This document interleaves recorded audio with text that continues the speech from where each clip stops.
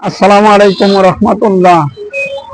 আমাদের নাগরপুর দেশদুয়ার ইসলামী আন্দোলন বাংলাদেশ এমপি পদে প্রার্থী জনাব মোহাম্মদ আশিনুর ভাই, উনি এমনই ব্যক্তিত্ব একজন।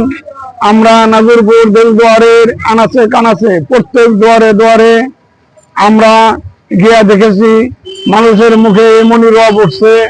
এবার আশিনুর ভাই একটা সৎ লোক।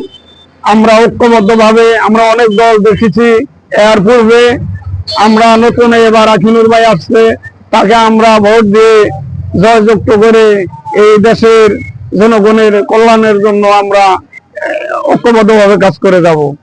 আমাদের আশিনুর ভাই জননেতা, মানুষের দুয়ারে দুয়ারে যায় বলে, আমি আশিনুর এমপি হইয়া আমি একটা টাকাও যদি সরকারি বরাদ্দ 10টা টাকাও আছে, আমি 10টা টাকারই কাজ করব, একটা টাকাও আমি জুব্বার পকেটে ঢোকাবো না।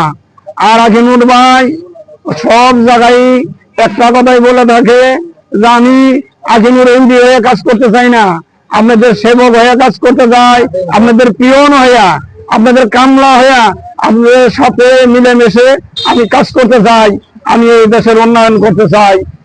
এই বলেই আমার বক্তব্য শেষ। আসসালামু আলাইকুম রহমতুল্লাহ।